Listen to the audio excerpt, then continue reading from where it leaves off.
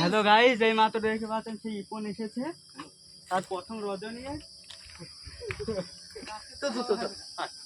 তার প্রথম ফুল সজ্জা হচ্ছে।